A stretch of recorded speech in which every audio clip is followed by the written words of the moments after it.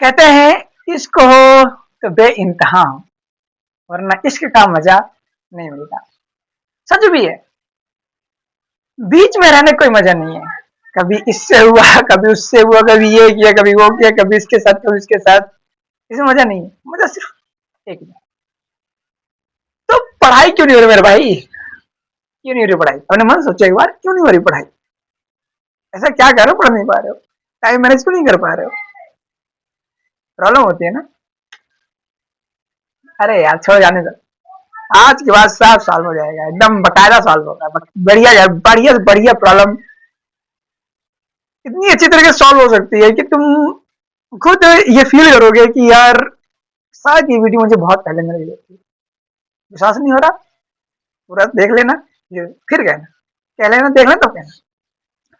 तो एक एक बार हम उन बिंदुओं की चर्चा कर लेते हैं कि जिसकी अप्लाई नहीं होती है।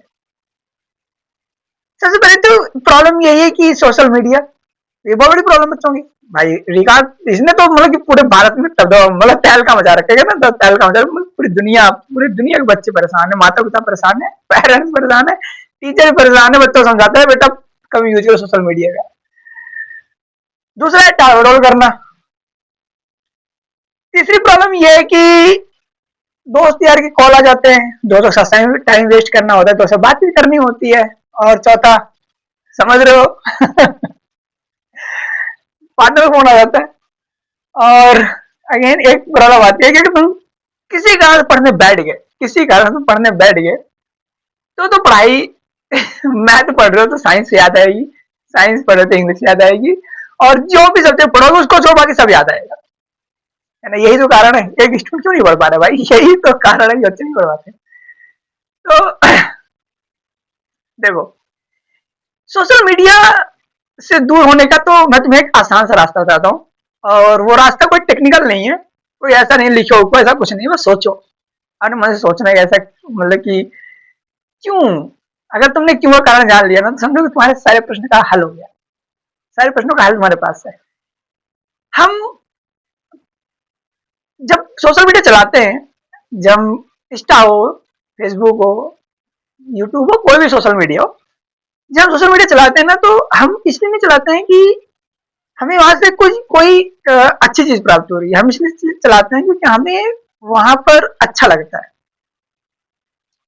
अच्छा लगता है, रील्स देखना अच्छा लगता है, वाईटी शॉर्ट्स देखने अच्छे लगते हैं। YT short means YouTube, YouTube short देखने अच्छे लगते हैं, फेसबुक पे रील्स देखने अच्छे लगते हैं। तो हम वहां पर, हमारा जो माइंड है ना, वहां पर जो होता है ना, एक प्रकार से स्टिक कर जाता है। स्टिक करने का मीन्स क्या है कि हम वहां पर पूरी तरह से लगाव फील करते हैं, खुशी, अच्छा, ये सब चीजें फील होने लगता है।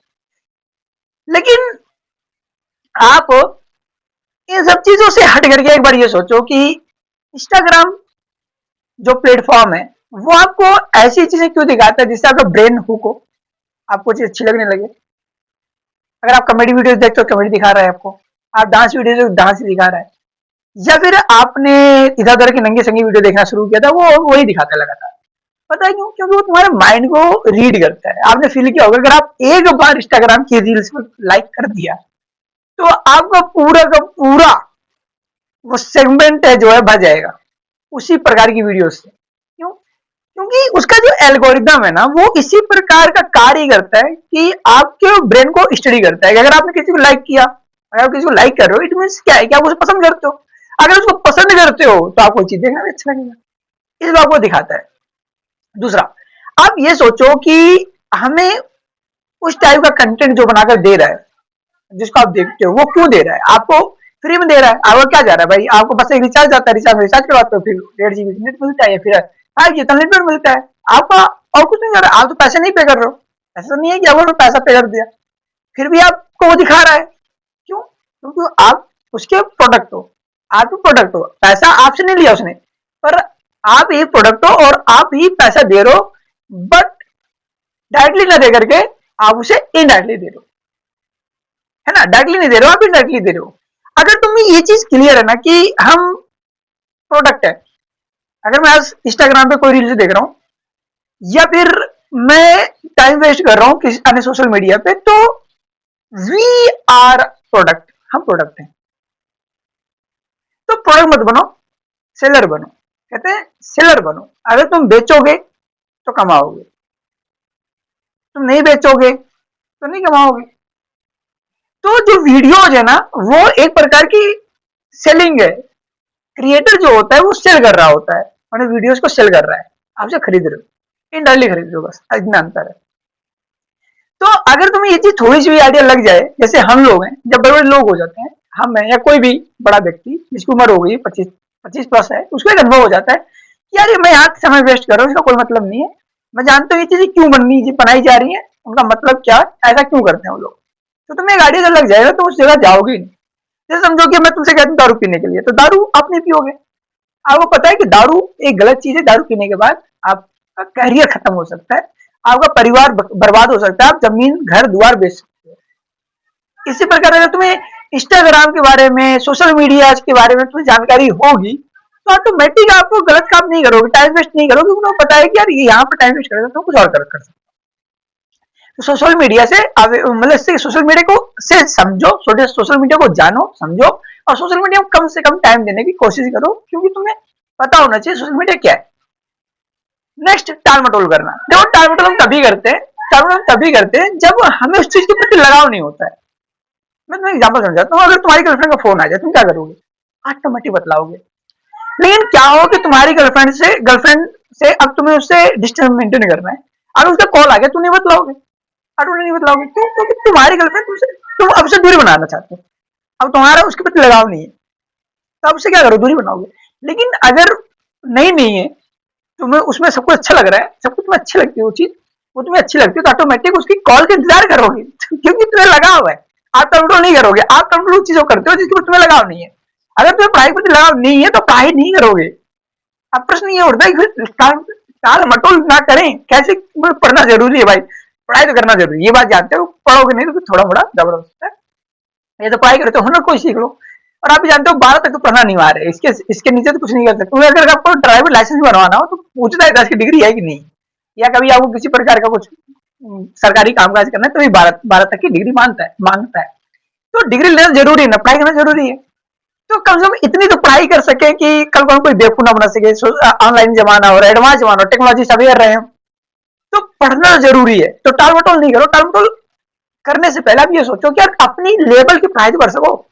देखो, अगर तुम टॉप करना चाहते हो तो टॉपर लेवल की पढ़ाई करो, अगर तुम एक एवरेज स्टूडेंट बनना चाहते हो एवरेज लेवल की पढ़ाई करो, और अगर तुम पास आउट होना चाहते हो तो पास आउट होने के लिए पढ़ाई करो, पर पढ़ाई करो। ये तुम खुद सोचो, अपने मन से सोचो कि पढ़ाई करनी है, अपने लेवल के हिसाब से पढ़ाई करनी है। तो टाल मटोल मत करो यार, फिर बता रहा हूँ, अपनी किताब को, अपनी लाइफ को ही अपना गर्लफ्रेंड बना लो। जितना इंटरेस्ट तुम्हें उसमें आएगा, तुम्हारी लाइफ में आएगा ना, तुम ऑटोमेटिक टाल मटोल करना बंद कर दो। बिना कहे, ना मेरे जैसे व्यक्ति की आवश्यकता पड़ेगी, ना किसी और की आवश्यकता पड़ेगी, ऑटोमेटिक बंद कर दो। अब बात आती है तुम्हारे दोस्त का फोन आ जाए, तुम्हारी गर्लफ्रेंड का फोन आ जाए, तो देखो, टाइम दिया जाता है अपनों को, लेकिन अपना कैरियर बर्बाद करने टाइम नहीं दिया जाता। तुम्हें दोस्त को, अपनी गर्लफ्रेंड को, अपने बॉयफ्रेंड, किसी को भी टाइम दे दो, तो टाइम इस प्रकार से मत दो यार कि तुम्हारा कैरियर खत्म हो जाए, तुम्हारी लाइफ बिगड़ जाए, तुम बिगड़ जाओ, तुम्हारा पूरा परिवार, देखो तुमसे ही तुम्हारा परिवार होगा ऑटोमेटिक। अगर तुम घर के सबसे बड़े हो तो तुम्हारे पास रिस्पॉन्सिबिलिटी भी ज्यादा होंगी। अगर तुम सबसे छोटे हो तो तुम्हारे पास भी रिस्पॉन्सिबिलिटीज है कि अगर तुम छोटे हो, तुम बेकार हो, माता पिता की उम्मीदें खराब हो जाती। तो इसको समझो तुम कि दोस्तों को या बॉयफ्रेंड को या गर्लफ्रेंड को टाइम दो, लेकिन अपने सारे काम कर लेने के पश्चात, पढ़ाई वढ़ाई कर लेने के पश्चात, अच्छे नंबर ला लेने के पश्चात, अपने कैरियर को सोच लेने के पश्चात, फिर जो टाइम बचता है उसको तुम अपने दोस्तों को दे सकते हो। 1 घंटे, 2 घंटे, 3 घंटे, वो तुम्हारा टाइम है, जितना देना सकते हो, देना चाहते हो दे सकते हो। अब बात आती है कि जब पढ़ने बैठते हैं मैथ तो याद आती है साइंस की, साइंस पढ़ने बैठते हैं तो याद आती है इंग्लिश की, और इसी प्रकार से क्रमवार चलता चला जाता है। तो इससे बचने का क्या रास्ता है? देखो, इससे बचने का एक ही रास्ता है, बी कंसंट्रेटेड। आपको एकाग्र होना है, केंद्रित होना है। अगर तुम मैथ पढ़ने बैठे हो तो आप ये सोचो कि मुझे 1 घंटे मैथ ही पढ़ना है, फिर इसके सिवा ना इसके आगे सोचना, इसके पीछे सोचना, सिर्फ मैथ पढ़ना। अगर तुम इसके प्रति एकाग्र हो गए तो फिर आपका काम आसान है, आराम से आप 1 घंटे मैथ ही पढ़ोगे। अगर मन में चिंतन होता है या मन में आपको सोच विचार आते हैं कि ये मैथ पढ़ रहा हूँ, साइंस भी याद करनी है या एसएसटी याद करनी है, हिस्ट्री याद करनी है, कुछ भी याद करनी है, एसएसटी में हिस्ट्री आती है, इंग्लिश याद करनी है, अन्य सब्जेक्ट याद करने हैं, तो प्रेशर प्रेशर मत लो। तुमने से टाइम दे दिया है कि मैं 1 घंटे मैथ ही पढ़ूंगा, उसके बाद ही कुछ सोचूंगा।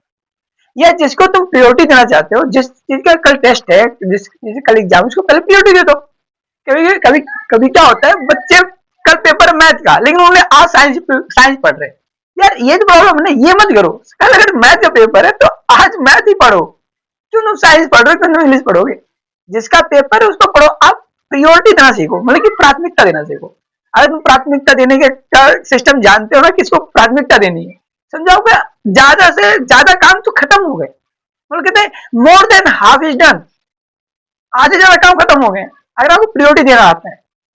तो जिसकी भी प्रायोरिटी तुम्हें देनी है, चाहे साइंस की, मैथ की, इंग्लिश की, एसएसटी की, या किसी भी सब्जेक्ट में प्रायोरिटी देनी है, तो उसको टाइम दे दो। कितना देर इसी को पहले पढ़ेंगे, पहले इसको पढ़ लेंगे, फिर कोई और पढ़ेंगे।